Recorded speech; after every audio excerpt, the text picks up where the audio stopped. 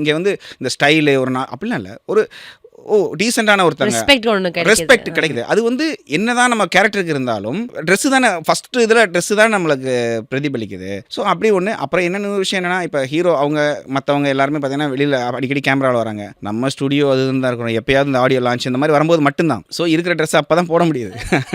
So அதுக்காக அப்படி கூட சொல்லிக்கலாம். பட் இப்போ தான் தெரிய வருதுங்க கொஞ்சம் என்ன பண்ணணும், எப்படி ட்ரெஸ்ஸிங் பண்ணணும் அப்படிங்கிறது எல்லாமே. அதில் ரொம்ப கான்சியஸாலாம் இல்லை, பட் அதுக்கு நான் ஒரு டைம் ஒதுக்குறேன். ஓகே, இது பண்ணணும். எனக்கு ஷாப்பிங் ரொம்ப பிடிக்கும்.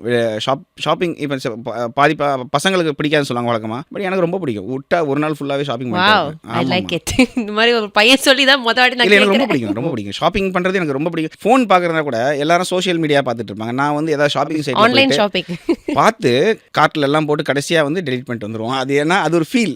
நானும் அப்படி பண்ணுவேன். அது ஒரு ஃபீல். அது வந்து ஆன்லைன் விண்டோ ஷாப்பிங்.